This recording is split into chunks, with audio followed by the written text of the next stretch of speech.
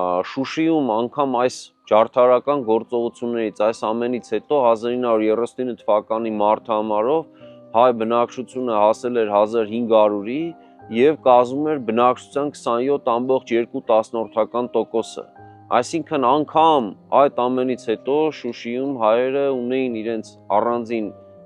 թաղամասը և բնակչության մի որոշակի մասն էին կազմում։ Հետագայում այդ թվաքանակը Արցախում խորհրդային իշխանության պայմաններում պահպանվեց կոնկրետ Շուշիում 1500-ի սահմաններում, նույնիսկ հետագա մարտահամարներով և 1970-79 թվականների մարտահամարներով թվաքանակը պահպանվում էր, բայց տեսակարգշիռը նվազում էր 17%-ից ավելի, մոտ 15% հաջորդը, և սա նրա արդյունքն էր, որ 1960-ական թվականներին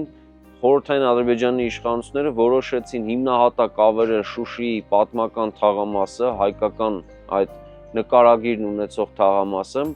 և սկսել զանգվածային բնակարանաշինություն։ Շուշին փորձում էին դիտարկել իբրև հանգստավայր և այս ամենի պատրվակով զանգվածային բնակարանաշինություն իրականացնելիս վերաբնակեցնում էին մուսուլմանների ադրբեջանական բնակչություն քաղաքում և այսպիսով փորձում էին զրկել քաղաքը իր պատմական դեմքից, հայկական նկարագրից։ Նախագծի գլխավոր գործընկերն է Կոնվերս բանկը, ֆինանսական աշխարհի ձեր հուսալի գործընկերը։